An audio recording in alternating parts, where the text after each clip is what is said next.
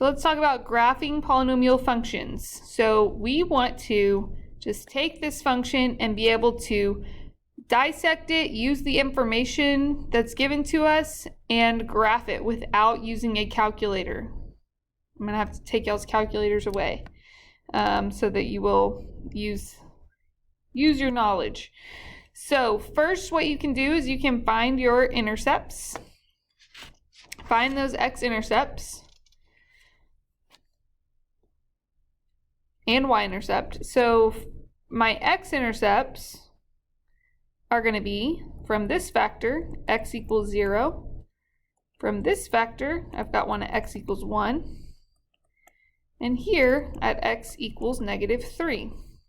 So then you can put those on the graph. I'm going to have a point at 0, 1, and -3.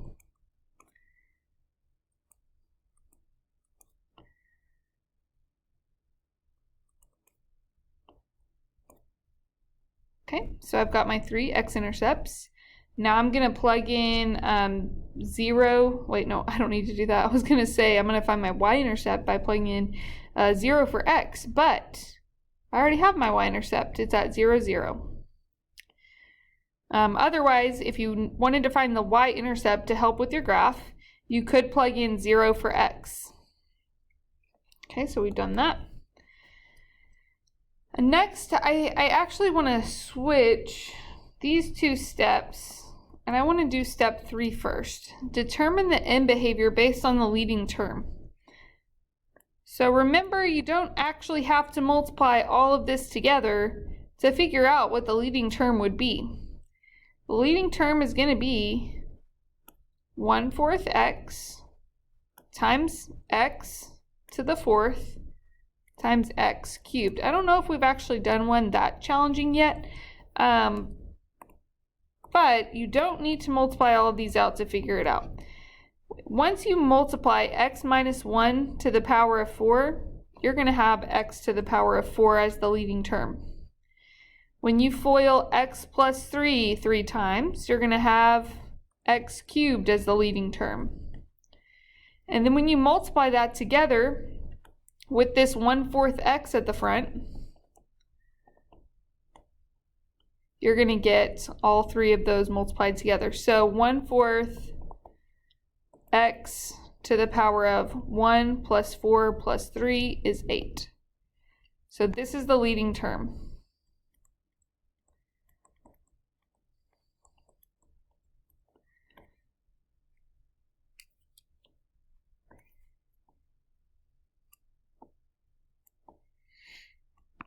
All right, and from that we can get the end behaviors, right? Because this is positive, even.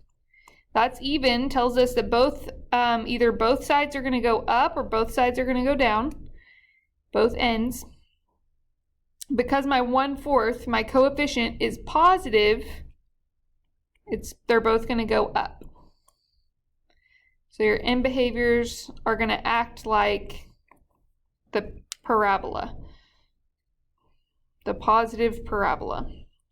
Okay, so I know at this rightmost x-intercept, I'm going to go up. At this leftmost x-intercept, I'm going to go up. Those are my end behaviors. And I got that from multiplying my terms together to figure out the leading term. Now I'm going to go back to step 2. Use the multiplicities of the zeros to determine the behavior of the polynomial at the x-intercepts. So I want to know what is happening at -3, at 0, and at 1. Well, the multiplicity of the x is 1. So I know it's just going to go straight through at that point, right? Maybe I even want to rewrite that and say x equals 0 multiplicity 1. So it's just going to go straight through at 0. I know my x minus 1 has multiplicity 4 So x equals 1, multiplicity 4. So at that point, it's going to bounce. It's going to bounce at 1. And then my x plus 3 has multiplicity 3. So that's going to be x equals negative 3 multiplicity 3. So I know it's going to go through at negative 3, but it's going to curve a little. So let's apply all of those. At negative 3, multiplicity 3, so it's going to curve some at that point. So it's going to look something like this.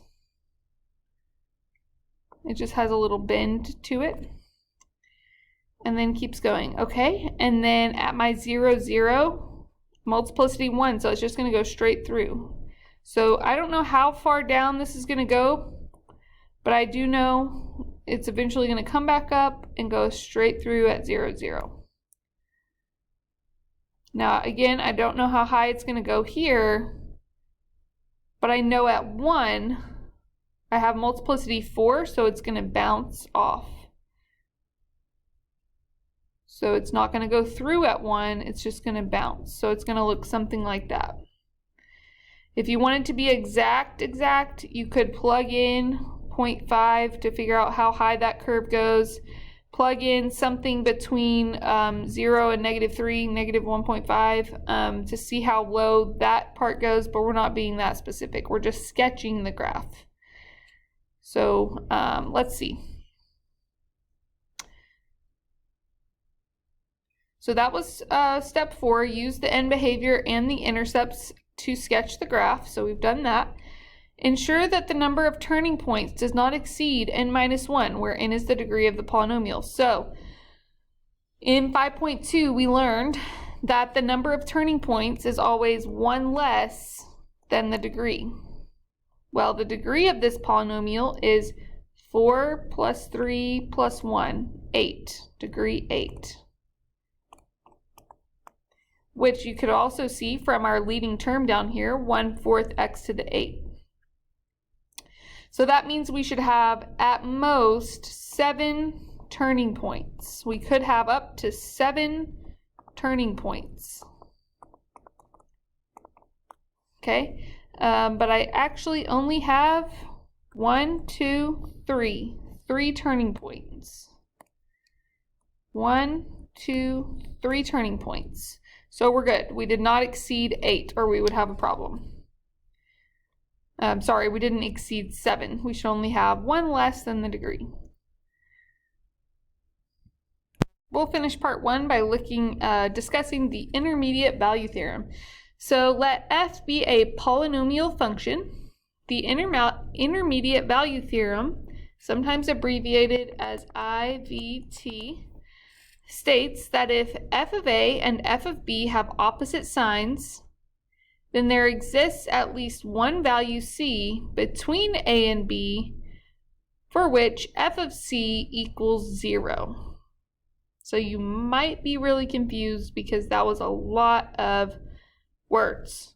So let's maybe draw an illustration of that to clarify.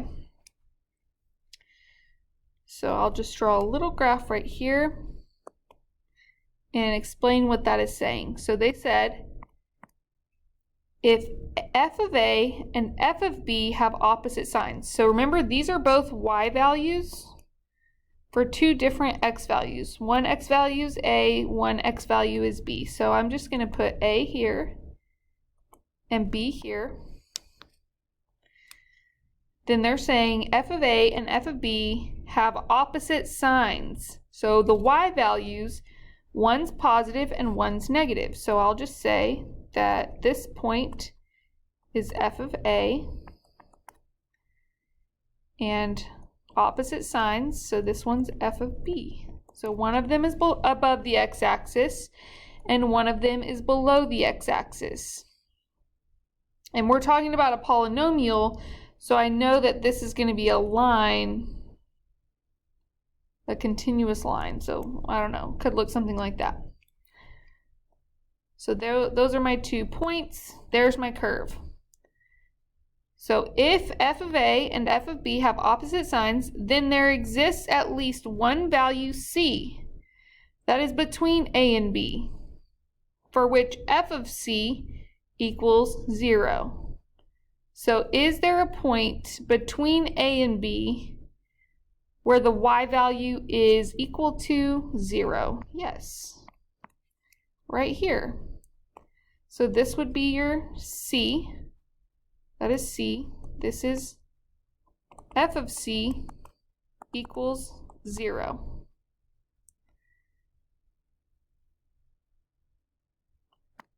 Okay, so f of a was positive, f of b was negative, then there has to be a point between those two where it crosses the x-axis. That's all they're saying. There is going to be an x-intercept. If you have two y values with opposite signs, there has to be at least one x-intercept in between them. All right, to show that the function f of x has at least one real 0 between x equals 1 and x equals 2. So this is your a and b. If you can show that f of a, or sorry, f of 1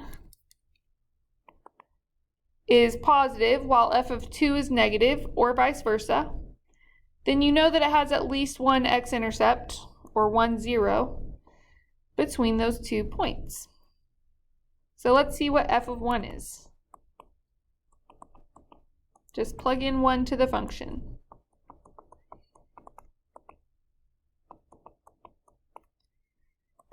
Okay, so we have 7 minus 9 minus 1, negative 3. Okay, so f of 1 is negative. If f of 2 is positive, we know it must cross the x-axis somewhere in between. So let's see, f of 2.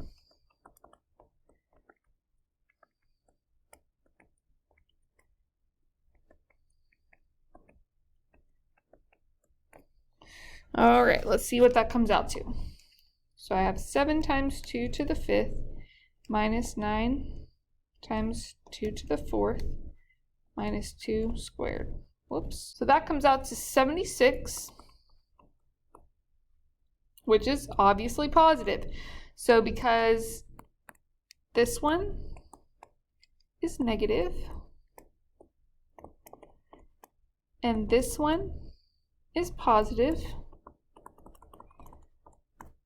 so for some x value in between 1 and 2, there has to be at least one x-intercept somewhere in between 1 and 2. Okay, so I'm going to write that here.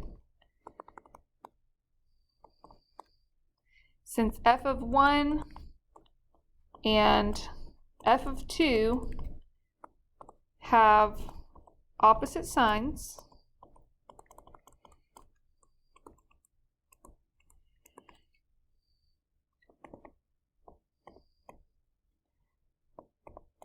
there is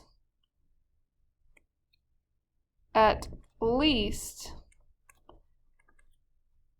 1, 0, or x-intercept between those two x values, 1 and 2. Okay? And that's like an algebraic proof. Just using that theorem, you can prove that there is, or is not, an x-intercept.